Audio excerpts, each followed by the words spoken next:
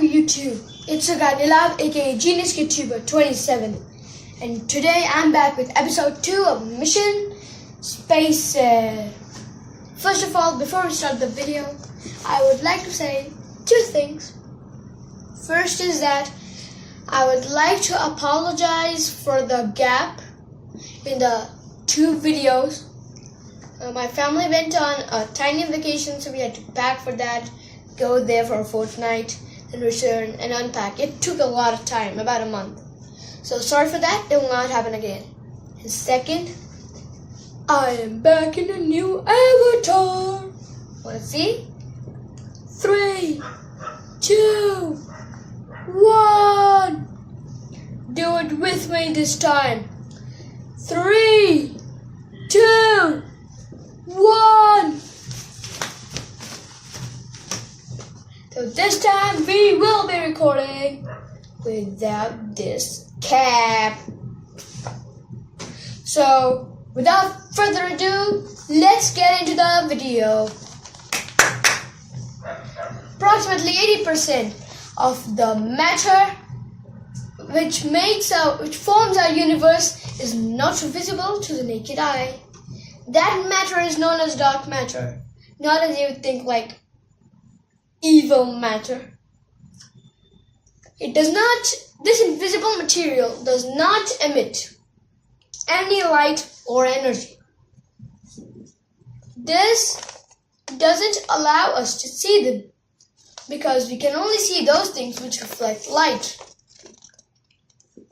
Scientists discovered Dragonfly 44, which is a galaxy almost entirely comprised of dark matter. If scientists can't see dark matter, how do they know it exists? They calculate the mass of large bodies in space by studying their motion. Astronomers studying spiral galaxies in the 1950s expected to see the material in the center moving faster than the outer edges. But instead, what they saw was the center, the edges, and everything in between was moving at the exact same velocity.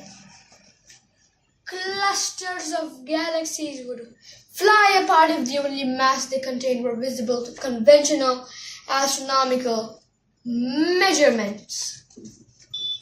And the fact that they were moving at the exact same velocity made us think and hypothesize that the celestial bodies contain more mass than we can see. Albert Einstein showed that massive objects in the universe bind and distort light, allowing them to be used as lenses. By studying how light is distorted by galaxy clusters, astronomers have been able to create a map of dark matter in the universe. Catching up on the details of last episode, where we talked about the formation of the universe and stars, in this episode we're going to be talking about the formation of the solar system. First, we will be talking about the one and only star in our solar system, the sun. Let's hear it for the sun. It is a star which is 109 times larger in diameter than the Earth. You can see that comparison by, for example, the sun is the size of a door. And if that is true, the Earth would be the size of a nickel. And the sun, another example of the size difference is that the sun is that the sun can fit 1,300,000 Earths in it. It mostly contains hydrogen atoms fusing together to form helium atoms. This process is known as nuclear fusion. This process is done by so much force that the entire area up to the Kuiper belt, which is a belt of comets and other debris circling around the sun, and maybe even up to the inner Oort cloud, which is a cloud containing all the matter of the solar system, and even a little beyond that. Fun fact, the sun is so tiny in the star world that is called a dwarf star. You can see that by comparing the sun to the second largest star, the second nearest star to us, Proxima Centauri. The sun is 150 times smaller than Proxima Centauri. The sun is the basic source of energy, heat, and light.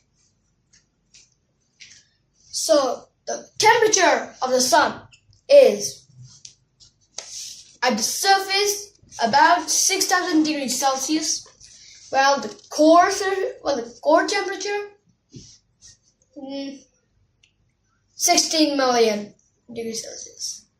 The temperature of the sun's surface around the temperature of liquid metal, sun's core, incomparable to anything on Earth. Closest to the temperature of the sun's core on Earth, you can see, is the Earth's inner core itself, which is only 13 million, while sun's core 16 million. The sun has many layers. One, the outermost layer is like a tiny atmosphere. It's called the corona. Its temperature is also much higher. It's also around the million mark, while the surface of the sun is called the photosphere. Then in comes the rest.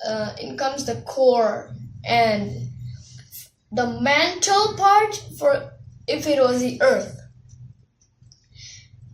Actually, I don't know about the temperature of the mantle, and not many people do even know about that because I never got to see it. And then one more fact about the sun is that sometimes it produces solar flares, which is that a lot of hydrogen and helium liquefies and spreads up into space, causing for a few seconds the heat to rise up at Earth around 2 to 3 degrees instantly. So guys, this is the end of the video. Hope you enjoyed this video, and be sure to watch out for all the other episodes. Please like, share, and subscribe. And along with this, if you also turn on the notifications by clicking/tapping the bell icon, then in the next 24 hours, you will be able to see Proxima Centauri in the night sky from your home if it's not cloudy.